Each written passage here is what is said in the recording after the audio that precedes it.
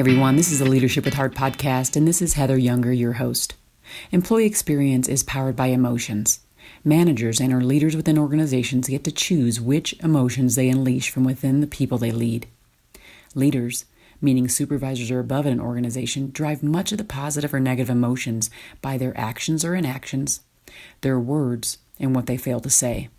When a manager chooses their words and their actions carefully, they exhibit great emotional intelligence.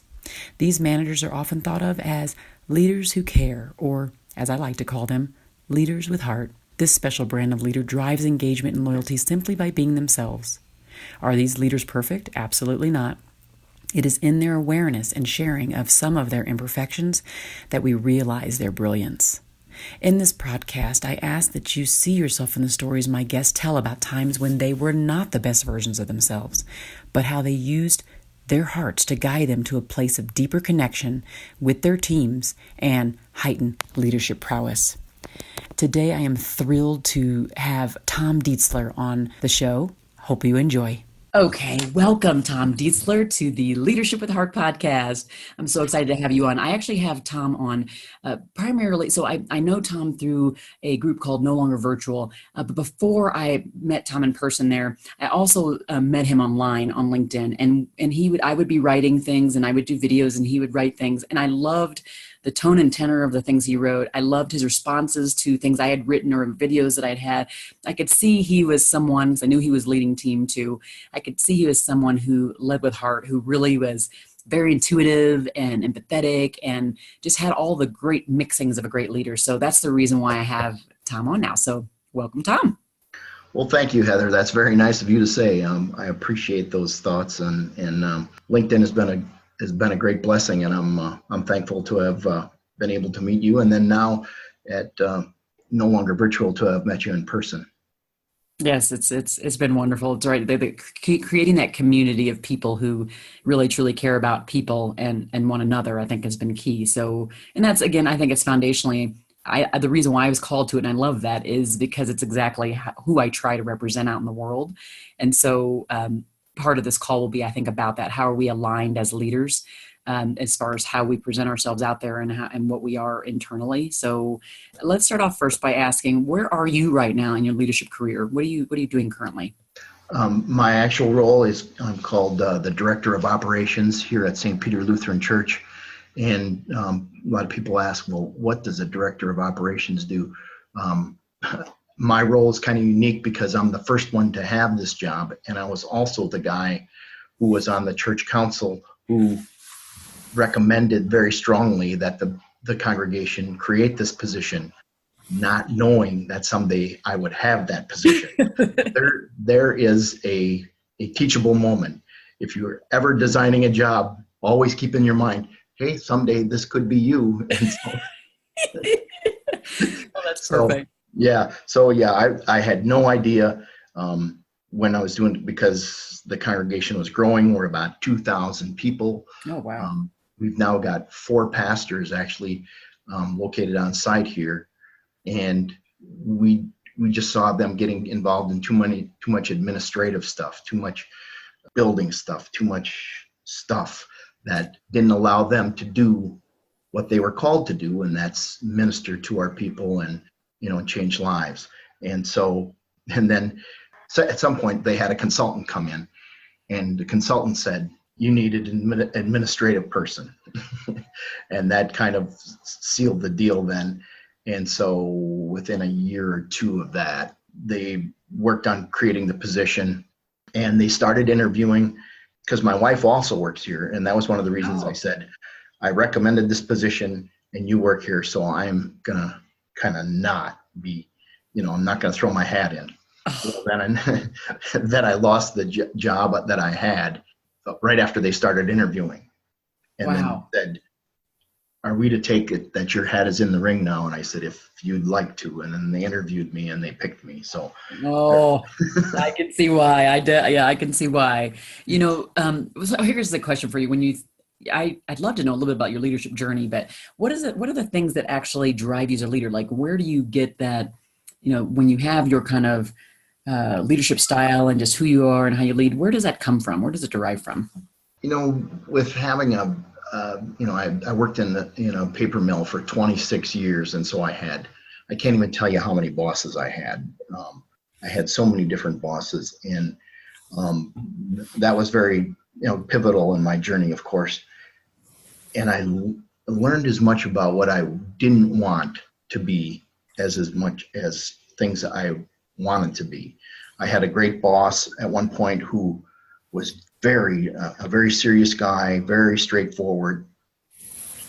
He let you know what his expectations were, and he expected you to do them, and he really didn't mess with you unless you came to him with a problem or an issue of some sort, or if he thought that maybe you needed some course correction. And he could be kind of blunt and stuff like that, but he was also there was very little mystery to me. And to me, when you know what's expected of you and you know what you're supposed to be doing, that's a huge issue for some people, because a lot of people will spend a lot of time wondering, gee, should I really, what do you think? And this guy was very straightforward. This is your job. This is what you do. And he said, unless you get really, way out in right field or left field, I'm going to pretty much leave you alone. And he did. And I was thankful for that. So did you adopt that as one of your kind of leadership traits too? I do. The office here, we have an outstanding office staff here. We've got 2 full-time people and 4 or 5 part-time people. And the chemistry in there is good because it's 4 or 5 ladies. And I let them pick their, when there's openings and stuff, I'll give input, but I let them do the hiring and firing. They haven't had a fire, but, and so, that was something I saw was working really, really well. So I thought, I'm not gonna get in the middle of that, and I'm available to them. I make sure several times a day I'm checking in and talking with them, but I'm not going to interject myself into something unless they ask me to. And but I do. One of the things I learned around another boss, the one I think I might have mentioned, is he said, if you ignore something long enough, eventually it'll go away. And I thought to myself, and he said that so often, I'm like, I can't believe somebody would actually have that as like their mantra. And he would be gone from his office, like 90% of the day he was in. I know he had a lot of meetings and stuff he had to be to, but I walk this whole building and I try to interact with everybody every day, even though most of the people here don't report to me. But I am kind of the HR guy, so I want to be able to be available to have a relationship with these people. And so if I'm not available, if I'm not, my door is closed a lot, and that bugs me just because I'm in a noisy place, but as much as possible, I like to have my door open. And people know that they can come in here. But I think it's important to be visible. Now, since I'm responsible for the building and grounds here, it's fine that I yesterday I did an inspection of all of our fire extinguishers. Now, I could delegate that, and at some point I probably will, but it also takes me to every place in this building. And so I see a lot of the areas that I'm responsible for. If somebody comes along and say, hey, did you know that there's such and such going on? I've been there and I've seen it, and I know the area that they're talking about. So I think it's important to be continually familiar with the areas that you're responsible for. Like with the first thing, the first thing I did when I got here is I gave myself a diagram of all 19 doors on the building. So if I've got a direct emergency people in here or something, I know where all the doors are. And then, I just stuff like that, just to become familiar with. You can't know everything, but you can become familiar with enough things that you're not hopelessly confused when when issues arise. Yeah, it's interesting because I think about we could talk about management by walking around, right? Where you Yep. get to walk around and you see people, and obviously I look at it a little differently, more like instead of management by walking around, it's like relationship building by walking around, because Right. when you're able to go, sure, your staff is maybe not as big as some folks that may have 50 or 100 people reporting up through maybe 6 direct reports or whatever it is, right? It could be any number. The idea is that we can't very well meet anyone's needs if we don't know the people that look up to us. And the more you're able to walk around and kind of check in on them, just have just low key conversations with them, and the more you're able to find out about them, and so it is easier for you to meet their needs in that moment and in any moment, because number one, while you're doing that, you're building trust with them. And so if something does come up, they trust that you're going to handle it in a way that's like even keel. You're not going to, go off the deep end, whatever it is. They just know your style. And so they get to know you, you get to know them. And that high trust is built in that minute. Now, like you said, if your door's always closed, you never get out, you never sing them, and then you're going to get the opposite result. Right. Right. So, yeah. And to you, just if you don't have that day-to-day communication and contact with people, they think that you're not accessible. And then there can be all sorts of, they always talk about the rumor mill starting and conjectures about this and that. Well, a lot of the times that happens because there's a vacuum of communication and those kinds of things where if you aren't communicating, something is going to be informing them of something, and it might be just baseless talk that all of a sudden they start to well, he doesn't care about us, whatever information fills that vacuum is going to become their truth because you aren't in their face or whatever to build a different form of truth on that. So. Oh, I love that. You know how I feel about voice and truth and stuff. Yeah. Tom. You just hit a chord with me. And I do agree with you. I think when I look at a lot of the different surveys I do in the employee focus groups, a lot of stuff I hear is, communications. Oh yeah, everybody has a communication issue, but it doesn't mean it's not worthwhile trying to get better at it. And right. This idea that someone will fill that vacuum, someone will build that truth, whether it's a real truth or a false truth, which kind of sounds funny, but truth to their ears. And I love that. That a narrative will emerge one way or another, whether it's true or false, or half truth or whatever. If you're not putting out there, what you want to be known or what is actually truth and fact, something will take its place. Yeah, the one thing that drives me the most nuts is folks that, leaders in and out, inside of HR, doesn't matter, when they're concerned about communicating the truth or any form of the truth because they partly think that their people can't handle it, mm-hmm. or they're really fearful of how people may perceive it. And while I don't think you have to tell the whole truth, nothing but the truth, like every angle of every portion of a story of something that's happened, I do think it's important to be as transparent as you can, depending on the circumstances, and as frequently as you can, because you filling in the gaps. It could be there's day-to-day stuff that happens, and if something has changed in a client or something has changed internally, like staff has been let go.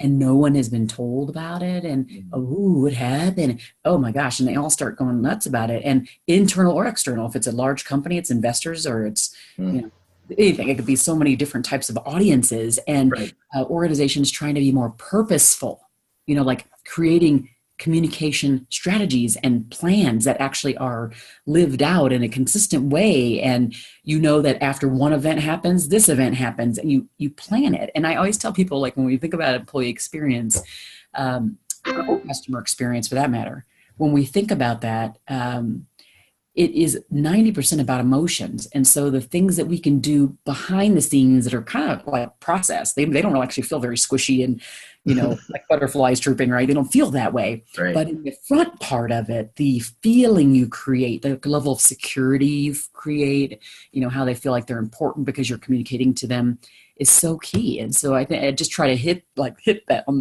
the, over the heads of the people that I talk to. Listen, just, plan this out. Have a strategy that you actually live out and you hold yourself accountable to it, Yeah. And it's, I'm part of the entire custodial staff reports to me, and it's not, we're blessed that we have really hardworking people here, because I think we could probably need to have more if it weren't for these people being so great. But there's a couple of them that are here during the day, and then there's one or two that are after hours, and they were starting to get a little bit of a disconnect, or a little bit of something between ones that were here during the day and the ones that were here later. And I've been my previous job to this, I was a supervisor for 5 years. I was on third shift, and I was on second shift. And I found out what it was like to be, when you're not there, you become it's like that narrative happens where you're not there to defend yourself. You're not there to explain what happened while your shift was going on. And so something's missing. What did you do with it? Something, whatever. And why did that happen? And why didn't you stop it? So when that started to happen, I got that second shift person in here and said, hey, I'm a second and third shift guy myself, so I know how you can become the scapegoat for a lot of things. And what that did is that built a lot of trust with her immediately, is that, okay, this is somebody who's been where I've been. And I said, I don't want you to react defensively or in retaliation to things that might be happening. So come to me and let's work on this together to alleviate the situation and not have it go into one-upsmanship. And I'm not going to say we're in a perfect place now, but we're in a much better place than they did this, and it was, and a lot of times it was misunderstanding. We've got a lot of people in this building, and so stuff was getting moved, and it wasn't by each other. There were other people involved, but it was just like, she must have did that, and so I try to take the temperature down a little bit and make them understand that nobody's trying to disrupt your groove. Nobody's trying to throw you off. It's just, there's a lot of people, and there's 300, close to 300 people in here on a day's time. So stuff can get moved, stuff can happen. And it's not necessarily the later crew trying to do things their way. Yes. And so, like I said, we're not in a perfect place yet, but I think they're starting to think a little bit differently before they make accusations. And that in itself is being helpful. Well, I love, there's a couple things that I hear when you're saying that. One is, the leader's role here was to help change mindset. It's like shifting their frame of reference and their thought process. And you were able to do that, but you were able to do that first by being emotionally intelligent enough to express empathy, which built trust. You could not have gone there in that conversation if you didn't do that empathy and trust thing. And it doesn't have to be like this thing that it's a manipulative thing. It's you really have to care, and you have to listen to what their needs are. And the fact that you had done second and third shift already obviously was a very natural end, because it's like, I've been there, done that. There's nothing you can tell me that's going on because I've already been there. And so they weren't going to go try to explain this to you because they knew then that you did, right? And so that was helpful. And I think when you think of leaders generally, it is more helpful when they come up through the ranks, because they can then, talk about and relate to what's happening. It is definitely harder. And I've been that leader many times where I'm hired in at a director level and I hadn't come up. And I do have, as a leader, that challenge initially to build the trust and say, listen, I have not been through what you've been through. I have not been in your position. However, I want to learn. I want to listen, right? Mm-hmm. And I just completely take off. They're not defensive. They're not like, I'm not telling them I'm the expert, Right. So I think it helps from your perspective that you were there. The other thing I heard is that this makes me think of kind of that emotionally intelligent person who brings conflict forward. So when it comes to building relationships, instead of you just letting it fester, you hear or you sense something's happening and you bring it up to the top of the surface and you kind of let it release itself and you kind of make it stay healthy, but instead of staying underneath the surface, and it's not so great. So I think those are some of the things I heard. And it says to me, when I think of that leader with heart, I think of the person who's emotionally intelligent. So, I mean, I thank you for being that person in your current organization. Yeah. Well, you always look for the starting point. Where can you start a conversation with somebody? And if you can say, well, hey, I worked second and third shift, and I know what it's like to be kind of like the automatic scapegoat if something happened, and a lot of times you're caught flat-footed when you come in the next day and say, what happened? And then you try to, and so you take defensiveness off the table and say, listen, I know how it is to be in that position, and it's not fun. And you're almost never going to be at your best if you're starting from a place of defensiveness, right? If you can start from a place of just tell me what happened, and when there's nobody accusing you of anything, we just want to know how we can make this process better. And so I think that what I like about that kind of direction of that conversation is, first, you already built the trust, so you can have these conversations. If you cannot have these conversations without putting a smirk on your face if you haven't built the trust up front. But I think the fact that you did, and then when you go to them like that, there's a safe space that's created. Like they know that you're not out to get them, which I hate to say, unfortunately, a lot of frontline employees feel that way about their manager, the people above them, and all that. Right, just a hierarchical structure. And so whenever we as leaders can be those people that build that sincere trust and warmth and connection up front, then when we have to go have those conversations of like, listen, I have to help you course correct if something's not going right, it's just easier to do. Yeah, I had a boss, and this is kind of a negative example. I had a boss at my previous job. He was actually my boss's boss. So he was one of the guys responsible for hiring me. And one time I came in and I'm talking to the first shift supervisor, and then a couple of my employees come up. And so there's this discussion going on. And the whole time this guy is standing about 15 or 20 feet away, just staring at me. And he's in my sight line. So there's people here, but I can see him standing there, and he doesn't come forward to become engaged in the conversation. He's just standing there staring at me.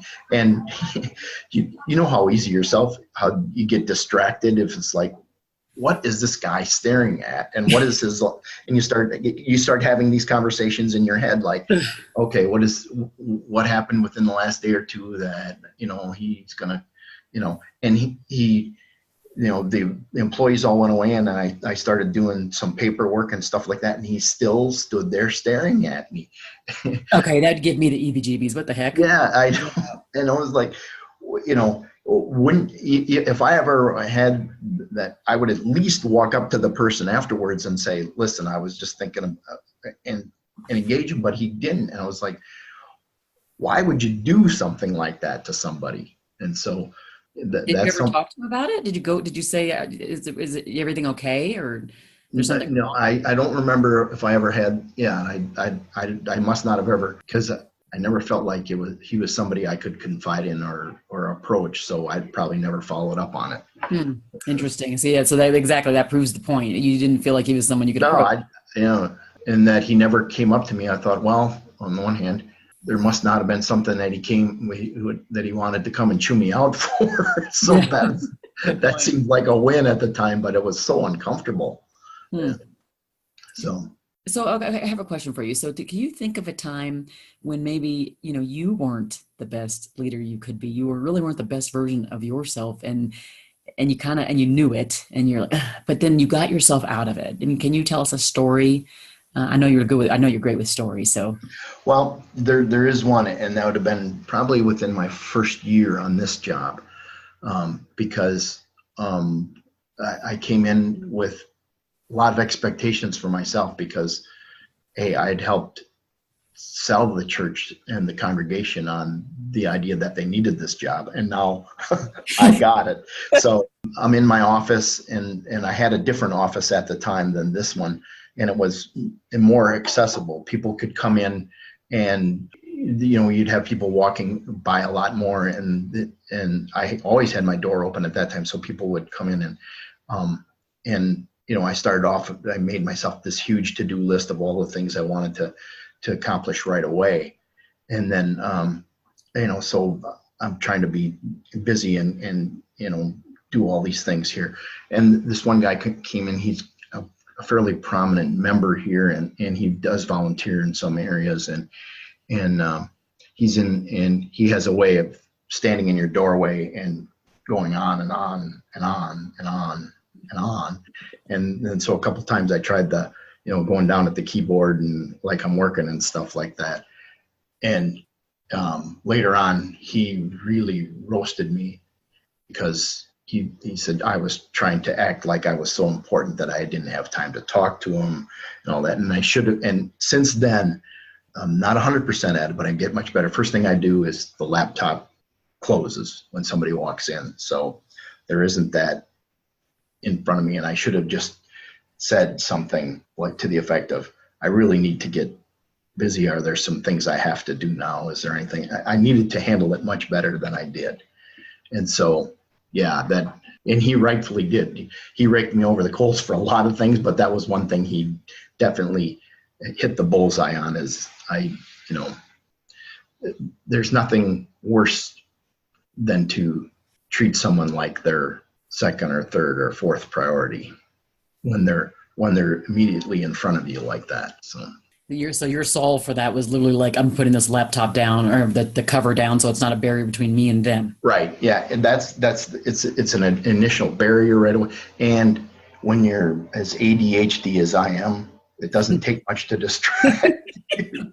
So if you all of a sudden hear bing, there's an email. They say there's a workaround of that, which I haven't been very good about. It's supposed to be, turning off notifications between a certain time of the day. Yeah. To be honest, just going to search out how I do that would probably take me more time. Yeah, I know, and me too. It's like, I'll just put up. I think you may have heard a few of those pinging in while we're talking here. I've gotten a few emails while you and I have been talking. So. Oh, that's funny. So I haven't chased them down. They're safely in my inbox. I think it's funny that not funny. It's interesting that you have on there, your lesson from that was, it doesn't feel good to be number 2 or number 3. Right. And even though they may be number 20, because there's a zillion things on your list, making people feel like they're really important is key. So a long time ago, it's been many years, 20 years ago, I worked for Mary Kay Cosmetics. I actually quit the practice of law to go work for Mary Kay and Tote Cosmetics, funny enough. But I learned a lot in that organization. I learned a lot from Mary Kay Ash. And one of the things that she had as her, just like the thing that represented her, it was that idea of she could have a line of women. I'm talking like 30, 40, 50 deep women in line waiting to talk to her. And that person in front of her was the most important. And they felt that way. Her eyes did not veer off of staring at them and talking to them and engaging with them. And it's not easy to do. I mean, I find that hard. I have, 4 I do too. I can't. Right? I know, because like one of our main things is, because it's a church. So I'm here and I make myself accessible on Sunday mornings. I do go to church, but then there's people that approach you. This is the only time they're going to see me is on Sunday morning. And, there's 300 people around here, and this person is right here. And then I know this person just walked by. He's going to wants to talk to me. And then this person walks by and they want to, you try to focus in on that one. And a lot of times I'm I'm terrible. I'm getting better, but I'm terrible at that. I think focusing. I really do. I think we all try. On that worst. Were you at Mary Kay when Kate was there? I mean, I remember Kate was talking about Mary Kay quite a bit. I think she worked for corporate, and I was actually a salesperson. Okay. So it was very interesting. She was a different part, but she said that she was maybe there a couple years after me, I think it was. So something like that. So we kind of like our paths crossed. I can definitely. It was a support group moment anyways, right? Yeah, exactly. It was. So tell me what happened. So, in this role or even your previous role, because you've been in a management position for a while, and what are the things that you do when you feel like you're just not as connected to your people. For example, you just have a ton on your plate. They are, in projects, there's just, the list goes on and on. You have your one-on-ones and it's like boom, boom, boom. What do you do to connect in a deeper way with your people? Just kind of bringing it back to center. I make a point of, I don't allow myself to sit here for too long at my desk, no matter what I'm doing. I mean, right now I'm working on our annual budget, and I love the fact that I'm going to get away, and leave those spreadsheets behind for a little bit and go talk to people, because we have some part-time staff. Some of them are only here, at different times of the day, so that I can only see them, so if I sit here at my desk and say I want to be working on this for the next 2 hours, I may miss the opportunity to see some of those people. So I force myself to engage, especially if I know people are only going to be around for a certain amount of time. And two, when there are functions, our building is used for a lot of different things. So when there's something going around, I try to interact with people who are using our building, if it's members or anybody else, so that people who may or may not know who I am can at least put a face with the organization. So there's a lot of different things. So one of the things that I have made kind of my hallmark as my thing for this job is that donors and volunteers, and if I've been here almost 3 years, so that's over 1,000 days. I know that I've written close to 1,500 thank you notes, because that is one of my things, is that people are never going to do anything for St. Peter, even if they think they come back and tell me, hey, this is my church, I want to do this. I'm like, I'm never going to let anybody think that we as an organization are taking anyone's efforts or resources for granted. So it's a handwritten note that may be as old school as it gets, but that I'm never going to stop doing that. It's interesting, because I love handwritten notes. I sometimes don't always get to them, but I try to make it a practice to do that same thing. And even though it's quote unquote old school, in the end though, we have become so desensitized to the emails and things that when we get those handwritten notes in the mail, it's like powerful. And so I think, Mary Kay taught us this. There's nothing more powerful than the written word. And I believe that to this day. I believed it 20 years ago. And so when I can, I definitely try to do these personal notes. The one thing that I love about, the way that you connect with your people is that it's simple. This is not rocket science. It doesn't cost a thing for you to do it. It makes you have to shift your priorities, so that, for example, the person that comes in on different shifts, if you know you need to get out and see the person, you just reprioritize. You make it so that the people come before the process, and they come before the paperwork and all those other things that need to get done. And so this is, I think, a message that, all leaders, I think this is I usually ask everybody, what do they do, or what's that kind of parting message for leaders that, need to connect with their teams more, need to be more present and more emotionally intelligent. And I think you kind of just hit the nail on the head. I think doing those things that are really simple, walking around, saying hi, connecting with people, taking that time is critical. Right. And the other thing too is that people want to know that if they've said something to you, has it had an impact? Have they brought a concern to you, and have you acted upon it? So as much as possible, I like to, say, hey, did you order this? And then I'll, come back to them in a day or so. Yeah, I got that ordered. It's supposed to be here next week. Did you talk to so-and-so? I talked to so-and-so, just that if they bring something to you in 24, 48 hours, you can get back to them and say, here's where the status of that is. And that means, that tells them, because if 2 days later they're coming back to you, did you do that? And you've got the blank look on your face, like, oh boy, there was just a mouth going and it went in one ear and out the other. That's a great way to suck morale out of an organization, is to have things, in not following up.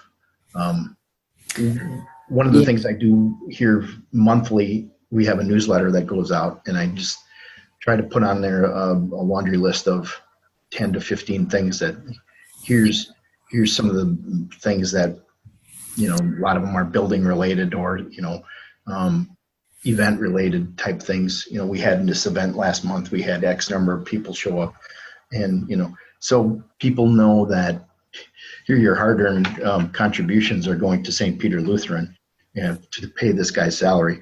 Here's some of the stuff this guy is doing. Yes. to justify your faith in having created this position. So. And it's interesting that how you say it that way, but interesting enough, that's just what you call, that's part of communication strategy, that that monthly there's going to be certain pieces of information going to be fed to a certain group of people. Again, I think that organizations fall short in this regard. They may do newsletter, they may do this and that, but they don't really know the why. And a lot of it, what I love about what you talked about following up, following through, right, is I do a lot of work in voice of the employee, right? It's the voice and helping people find their truth is my North Star for sure. But thinking about how organizations, they'll listen, they'll do a survey, they'll do an interview, they'll do whatever they can do to listen, and they don't do the crucial next step, which is to act. And then the next step after that, which is to communicate that they acted. So it may seem contrived when they're going through this process. Again, though, on the front end of it, it feels much better to their people. And that's really what we're trying to get to here is a leader with heart knows that they have to do these things behind the scenes in order to create stuff in front of the scene that then also helps to impact those members. So in your case, members, if you're doing things with your staff, the folks that are that have to work on the maintenance and things like that, crew, and you do something to them and they feel like they've been heard and you're following up with them in a timely way and they're not begging you for what's happening next steps, then when the members or somebody comes to them and they need something, then guess what they're going to do? They're going to emulate what you did. Right? Yeah. You hope so, because, with everybody comes to, since this is a church and a school, people have, some idea of what goes on here and stuff. But like we had, with school shootings and stuff, I've had people come up to me and say, Tom, is there a plan in place if there'd be an intruder in the building? I said, you bet. It's one of the things that keeps me up at night. And I mean, like within a week or so after the it was that Pulse shooting in Orlando. Yes. The very next day we had training here. We had it scheduled for a while, but I'll tell you what, we had a policeman in here showing us some of the things we could do in the event of an intruder in the building.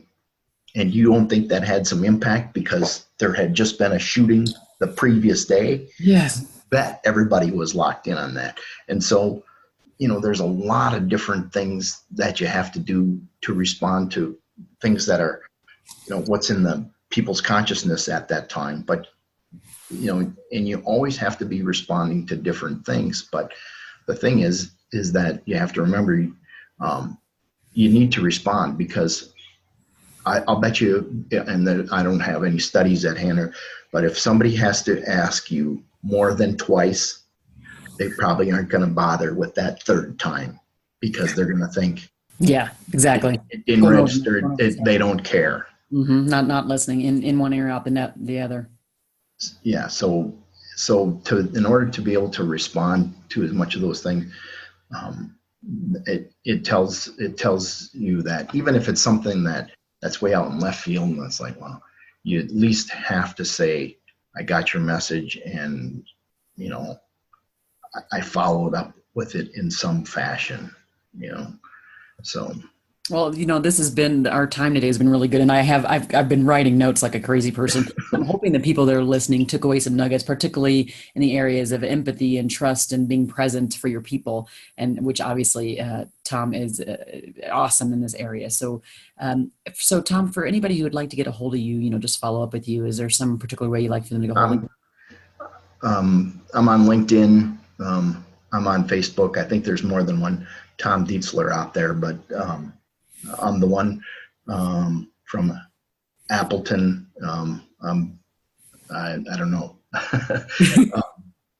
Yeah. So, and if you have any questions, and if you get the wrong one, I can't imagine somebody being Tom Dietzler and not being a nice guy. So, Oh, well, that's awesome. Well, one thing I'll do is for the listeners, I will be putting the show notes together so you'll get to see more of his bio, and you'll also on there see the best way to contact him. Again, with leaders with heart are those that empathize with their people and, build deep trust. And I'm just thankful that Tom's exhibited that today on the call. So thank you so much for joining us. hey, this has been a lot of fun. I really enjoyed it. It's been great talking with you. Thank you for listening to the Leadership with Heart podcast. You can grab the show notes by visiting customerfanatics.com. And don't forget to subscribe to our newsletter.